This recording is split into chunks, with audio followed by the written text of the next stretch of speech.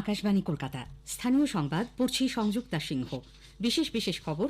এবছরের ডিসেম্বর থেকে আবাস যোজনায় 11 লক্ষ পরিবারকে বাড়ি করার প্রথম কিস্তির টাকা দেবার জন্য সমীক্ষায় কেন্দ্রের সঙ্গে বিবাদের বিষয়গুলি বাদ দেবার সিদ্ধান্ত হয়েছে। দীর্ঘ আইনি জটিলতা শেষে উচ্চ প্রাথমিকের 14,052 জনের প্যানেল আজ প্রকাশ করেছে এসএসসি। আরজিকর কাণ্ডের প্রেক্ষিতে সরকারি হাসপাতালে বেসরকারি নিরাপত্তা কর্মীদের রাজ্য সরকার প্রশিক্ষণ দেবে। এদিকে আরজিকরে হুমকি সংস্কৃতির তদন্তকারী কমিটির সামনে 12 জন অভিযুক্তের হাজিরাকে কেন্দ্র করে আজ পরিস্থিতি উত্তপ্ত হয়ে ওঠে। উত্তর 24 পরগনার বসিরহাটের তৃণমূল কংগ্রেস সাংসদ হাজী নুরুল ইসলাম প্রয়াত। নতুন করে নিম্নচাপের ভ্রুকুটিতে রাজ্যের 18টি জেলায় সতর্কতা জারি করা হয়েছে। আসছি বিস্তারিত খবরে। মুখ্যমন্ত্রীর ঘোষণা মতো চলতি বছরের ডিসেম্বর মাস থেকেই রাজ্য সরকার আবাস যোজনায় 11 লক্ষ পরিবারকে বাড়ি করার জন্য প্রথম কিস্তির টাকা দেওয়া শুরু করে দেবে। এজন্য পুজোর আগেই রাজ্য জুড়ে প্রাপকদের তালিকা খতিয়ে দেখতে চূড়ান্ত পর্যায়ের সমীক্ষা শুরু হচ্ছে। যাদের নাম আবাস প্রাপকদের তালিকায় রয়েছে তারা বাড়ি পাওয়ার উপযুক্ত কিনা তা খতিয়ে দেখতেই এই সমীক্ষা।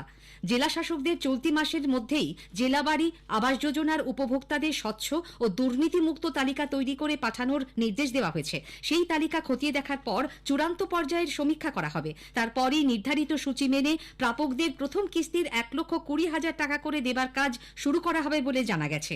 এর প্রক্রিয়াগত বিষয় স্থির করতে আজ নবান্নে বৈঠক বসে। মুখ্য সচিবের পৌরোহিত্যে এই বৈঠকে পঞ্চায়েত দপ্তরের সচিব এবং জেলা শাসকরা ভার্চুয়ালি উপস্থিত ছিলেন। জানা গেছে সমীক্ষার জন্য গাইডলাইন নিয়ে বৈঠকে আলোচনা করে তা চূড়ান্ত করা হয়েছে। আবাস যোজনাকে ঘিরে কেন্দ্রের সঙ্গে রাজ্যের বিবাদ যে বিষয়কে কেন্দ্র করে সেগুলি এবারের সমীক্ষায় বাদ দেবার সিদ্ধান্ত নেওয়া হয়েছে। দীর্ঘ আইনি জটিলতা শেষে কলকাতা হাইকোর্টের নির্দেশ মেনে রাজ্য স্কুল সার্ভিস কমিশন আজ 2016 সালের উচ্চ প্রাথমিকের শিক্ষক নিয়োগের প্যানেল প্রকাশ করেছে। আগের প্যানেলে বাদ যাওয়া 1436 জনের তালিকা যুক্ত করে মোট 14,052 জনের নামের তালিকা প্রকাশ করা হয়। কমিশনের অফিসিয়াল ওয়েবসাইটে গিয়ে এই তালিকা দেখা যাবে। কাউন্সেলিং প্রক্রিয়া শেষ করে 4 সপ্তাহের মধ্যে শেষ করা হবে নিয়োগ প্রক্রিয়া। উল্লেখ্য, উচ্চ প্রাথমিকে 14,000-এর বেশি শূন্য পদে নিয়োগের জন্য মেধা তালিকা প্রকাশ করতে কলকাতা হাইকোর্টের নির্দেশ সুপ্রিম কোর্ট গতকাল বহাল রাখে। আরজিকর কাণ্ডের প্রেক্ষাপটে সরকারি হাসপাতালের ওয়ার্ডে বহিরাগতদের আটকানোর পাশাপাশি কর্মরত চিকিৎসক, নার্স সহ স্বাস্থ্যকর্মীদের সুরক্ষায় কলকাতার সমস্ত মেডিকেল কলেজ হাসপাতালের বেসরকারি নিরাপত্তা কর্মীদের প্রশিক্ষণ দেবার সিদ্ধান্ত নিয়েছে রাজ্য সরকার। কলকাতা পুলিশের আধিকারিকদের দিয়েই তাদের প্রশিক্ষণ দেওয়া হবে। আরজিকর হাসপাতালে তরুণী পিজিটি চিকিৎসকের ধর্ষণ খুনের ভয়ঙ্কর ঘটনার জেরেই এই পদক্ষেপ বলে খবর। চিকিৎসকদের মনে নিরাপত্তা নিয়ে আস্থা ফেরাতে রাজ্য সরকারকে উপযুক্ত পদক্ষেপ করতে বলেছে সুপ্রিম কোর্টও। রাজ্য স্বরাষ্ট্র দপ্তরের কাছ থেকে নির্দেশ পাওয়ার পর কলকাতা পুলিশের যুগ্ম কমিশনার সদর মিরাজ খালিদ কলকাতার সমস্ত থানার ওসি, ডিসি এবং যুগ্ম কমিশনারদের লিখিত নির্দেশিকা জারি করেছেন। ধাপে ধাপে এই প্রশিক্ষণ দেবে কলকাতা পুলিশ। আপাতত স্থির হয়েছে প্রথম পর্যায়ে 3 দিনের প্রশিক্ষণ দেওয়া হবে।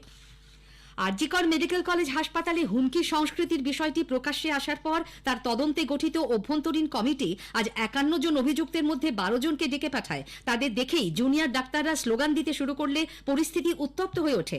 অভিযুক্তদের জিজ্ঞাসাবাদের পাশাপাশি সাক্ষীদের কথা শোনা হয়। জুনিয়র ডাক্তারদের স্লোগান প্রসঙ্গে তদন্ত কমিটির এক সদস্য জানান, দীর্ঘদিন ধরে বিভিন্ন ধরনের হেনস্থা, নির্যাতনের কথা তারা বলতে পারেননি। স্বাভাবিকভাবেই সেই ক্ষোভ এখন প্রকাশ পাচ্ছে। এদিকে চিকিৎসক পড়ুয়া তরুণীর ধর্ষণ ও খুনের ঘটনায় ধৃত প্রাক্তন অধ্যক্ষ সন্দীপ ঘোষ এবং তালা থানার প্রাক্তন ওসি অভিজিৎ মণ্ডলকে শিয়ালদা আদালত 30 সেপ্টেম্বর পর্যন্ত জেল হেফাজতের নির্দেশ দিয়েছে। চিকিৎসক তরুণীর দেহের প্রধান ময়না তদন্তকারী অপূর্ব বিশ্বাসকে আজ আবার সিজিও কমপ্লেক্সে তলব করে সিবিআই। আরজিকরের ফরেনসিক মেডিসিন বিভাগের এই অধ্যাপককে এই নিয়ে টানা 4 দিন ধরে জেরা করছেন তদন্তকারীরা। একজন ডোম এবং মর্গের এক কর্মীও আজ সিজিও কমপ্লেক্সে যান। গত রবিবার সিবিআই এর দপ্তর থেকে বেরোনোর সময় অপূর্ব বিশ্বাসের একটি মন্তব্যে শোরগোল পড়ে গিয়েছিল। তিনি জানিয়েছিলেন, সেদিনই ময়নাতদন্ত না হলে রক্তগঙ্গা বয়ে যাবে বলে 9ই আগস্ট তাকে চাপ দিয়েছিলেন এক প্রাক্তন কাউন্সিলর। নিয়ম বিরুদ্ধভাবে সন্ধ্যায় ময়নাতদন্ত এবং তড়িঘড়ি দেহের সৎকারের বিষয়টি নিয়েও তদন্ত করছে সিবিআই। সন্দীপ ঘনিষ্ঠ এবং বহু চর্চিত উত্তরবঙ্গ লবির চিকিৎসক হিসেবে পরিচিত ডাক্তার সুশান্ত রায়কেও আজ সিজিও কমপ্লেক্সে ডাকা হয়েছিল। দুপুর 2টো নাগাদ তিনি হাজির হন, বেরিয়ে যান সন্ধে 6টার পর। কোচবিহারের মহারাজা জিতেন্দ্র নারায়ণ মেডিকেল কলেজে হুমকির সংস্কৃতিতে অভিযুক্ত দুই চিকিৎসক, কোচবিহার 1 নম্বর ব্লকের বিএমওএইচ দীপায়ন বসু এবং ওই ব্লকেরই আরেক চিকিৎসক সংবেদ ভৌমিককে কোচবিহার মেডিকেল কলেজে ঢুকতে নিষেধ করা হয়েছে। কলেজ কাউন্সিলের বৈঠকে আজ এই নিষেধাজ্ঞা জারির সিদ্ধান্ত হয় বলে জানিয়েছেন অধ্যক্ষ নির্মল কুমার মণ্ডল। আরজি করের ঘটনায় ন্যায় বিচারের দাবিতে আজ কলকাতায় প্রদেশ কংগ্রেস এবং রাজ্য বিজেপি বিক্ষোভ কর্মসূচি পালন করে। হাজরা মোড়ের সমাবেশে বিজেপির রাজ্য সভাপতি সুকান্ত মজুমদার বলেন, তৃণমূল কংগ্রেস সরকারকে গণতান্ত্রিক পদ্ধতিতে রাজ্য থেকে অপসারিত করতে বিজেপি লড়াই চালিয়ে যাবে। আরজি কর কাণ্ডে পুলিশ যেভাবে তথ্য প্রমাণ লোপাটের চেষ্টা করেছে তাতে পুলিশ মন্ত্রী হিসেবে মুখ্যমন্ত্রীর লজ্জা পাওয়া এবং পদত্যাগ করা উচিত। আমরা গণতান্ত্রিক পদ্ধতিতেও আপনাকে সরাবো, তবুও আমরা আপনার পদত্যাগ চাইছি কেন? যদি লজ্জা থাকে তাহলে পদত্যাগ করুন। এই ধরনের পুলিশের প্রধান হওয়ার জন্য আপনার যদি লজ্জা থাকে, আপনার বিন্দুমাত্র ওই চেয়ারে বসে থাকার অধিকার নেই। সভায় বিরোধী দলনেতা শুভেন্দু অধিকারী বলেন, তরুণী চিকিৎসকের ধর্ষণ খুনের ন্যায় বিচারের দাবিতে 2.5 কোটি মানুষের স্বাক্ষর সংগ্রহ করে তা রাজ্যপালকে দেওয়া হবে। এই ঘটনার প্রতিবাদে একই দিনে কালীঘাট ও নবান্ন অভিযান কর্মসূচির কথাও জানান তিনি। আরজি করে তরুণী চিকিৎসকের ধর্ষণ খুনের প্রতিবাদে এবং প্রকৃত দোষীদের শাস্তির দাবিতে প্রদেশ কংগ্রেস ধর্মতলার ডরিনা ক্রসিংয়ে আজ দুদিনের ধর্ণা কর্মসূচি শুরু করেছে। নবনিযুক্ত সভাপতি শুভঙ্কর সরকার, অধীর রঞ্জন চৌধুরী, মনোজ চক্রবর্তী, কৃষ্ণা দেবনাথ প্রমুখ ধর্ণা মঞ্চে উপস্থিত ছিলেন। এই কর্মসূচিকে কটাক্ষ করেছেন তৃণমূল কংগ্রেস নেতা, রাজ্যের পুর ও নগর উন্নয়ন মন্ত্রী মেয়র ফিরহাদ হাকিম। তার কথায়, এ রাজ্যে কংগ্রেসের কোনো অস্তিত্ব নেই, বিজেপি ও সিপিএম এর দেখাদেখি তারাও ধর্ণায় বসেছে। পূর্ব বর্ধমানের জেলাশাসক কে রাধিকা আয়ারকে স্বাস্থ্য দপ্তরের বিশেষ সিনিয়র সচিব পদে বদলি করা হয়েছে। তার জায়গায় নতুন জেলাশাসক হলেন আয়েশা রানী। তিনি মেদিনীপুর ডিভিশনাল কমিশনার ছাড়াও গ্রামীণ জীবন ও জীবিকা মিশনের অধিকর্তা ছিলেন। আয়েশা রানীর জায়গায় মেদিনীপুরের ডিভিশনাল কমিশনারের দায়িত্ব দেওয়া হয়েছে শ্রম সচিব অবনীন্দ্র সিংকে। পশ্চিম বর্ধমানের দুর্গাপুরে এক বিজেপি নেত্রীর বাড়িতে ভাঙচুর এবং তাকে মারধরের অভিযোগ উঠেছে তৃণমূল কংগ্রেসের বিরুদ্ধে। বর্তমানে তিনি মহকুমা হাসপাতালে চিকিৎসাধীন।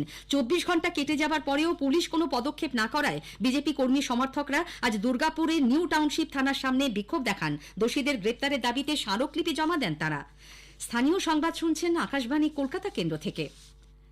উত্তর 24 পরগনার বসিরহাটের সাংসদ হাজী নুরুল ইসলাম প্রয়াত। আজ দুপুরে দত্তপুকুরের বহেরা গ্রামে নিজের বাড়িতেই শেষ নিঃশ্বাস ত্যাগ করেন তিনি। বয়স হয়েছিল 61 বছর।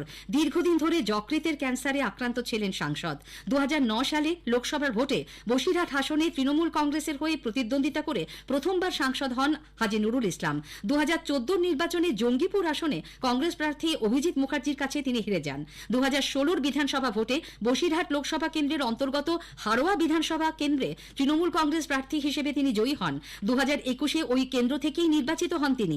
2024-এর লোকসভা নির্বাচনে বসিরহাট আসনে ফের তাকে প্রার্থী করে দল। বিজেপির রেখা পাত্রকে 3 লক্ষের বেশি ভোটে হারিয়ে দ্বিতীয়বারের জন্য সাংসদ হন হাজী নুরুল ইসলাম।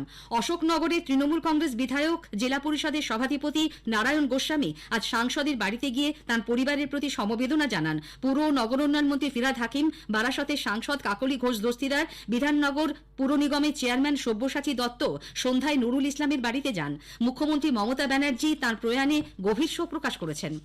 পশ্চিম মধ্য বঙ্গোপসাগরের ওপর নতুন করে তৈরি হওয়া নিম্নচাপ অঞ্চলের জেরে প্রবল বৃষ্টির আশঙ্কায় পশ্চিমবঙ্গের 18টি জেলায় বন্যার সতর্কতা জারি করা হয়েছে। ইতিমধ্যেই বেশ কয়েকটি জেলা বন্যা কবলিত। সেখানে পরিস্থিতি আরও খারাপ হতে পারে বলে আশঙ্কা করা হচ্ছে। উত্তরবঙ্গে আলিপুরদুয়ার, জলপাইগুড়ি এবং কালিম্পংয়ে জারি করা হয়েছে লাল সতর্কতা।